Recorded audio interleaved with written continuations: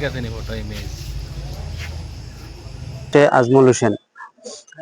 আমরা গতকালকে একটা জিনিস সোশ্যাল মিডিয়াতে নজরে পড়ছে যে চুরাইবাড়ি দিলওয়ার হোসেন সে আমাদের বিরুদ্ধে সংবাদ মাধ্যমে বিভিন্ন ধরনের অপপ্রচার করতেছে।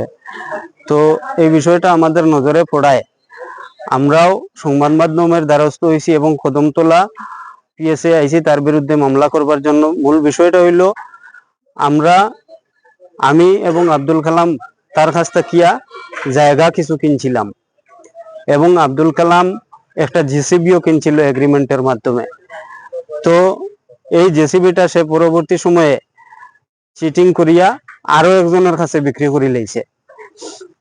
আর জায়গাটা সে যে আমাদের কাছে বিক্রি করছে, পরবর্তী সময়ে সে কইতেছে যে তার অভিভাবকের সম্মতি ছাড়া এই জায়গাটা বিক্রি করছে। এর লাগে আমরা কাছে ইয়া খান্দারান্দা করে জায়গাটা ফেরত দিলাইতাম তারে এবং হে আমরা টাকাটা ফেরত দিলাইব।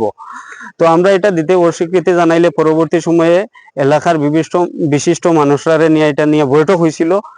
মানুষরাই বিশিষ্ট মুরব্বিয়ানরাই সিদ্ধান্ত দিছিল জুলাই মাসের 2 তারিখের মধ্যে আমাদের টাকাটা সে ফেরত দেব এবং আমরা এই জায়গাটা তারে রেজিস্ট্রারি করিয়া রিটার্ন করিয়া দিতাম।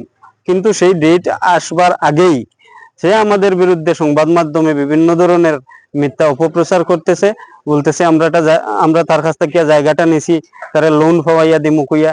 এই ধরনের যে মিথ্যা অভিযোগ সে দিতেছে। আমাদের কাছে জায়গার দলিল ফর্চা সবকিছু আছে এবং গাড়ি ক্রয় বিক্রয়ের কাগজপত্রও আছে এবং হে বিভিন্ন ধরনের অপবাদ উঠাইতেছে আমরা নাকি তারে সুদে টাকা দিছি।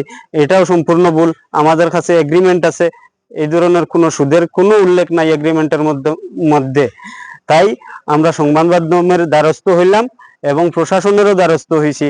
এমনকি তার বিরুদ্ধে 10 লক্ষ টাকার মানহানির আমি ব্যক্তিগত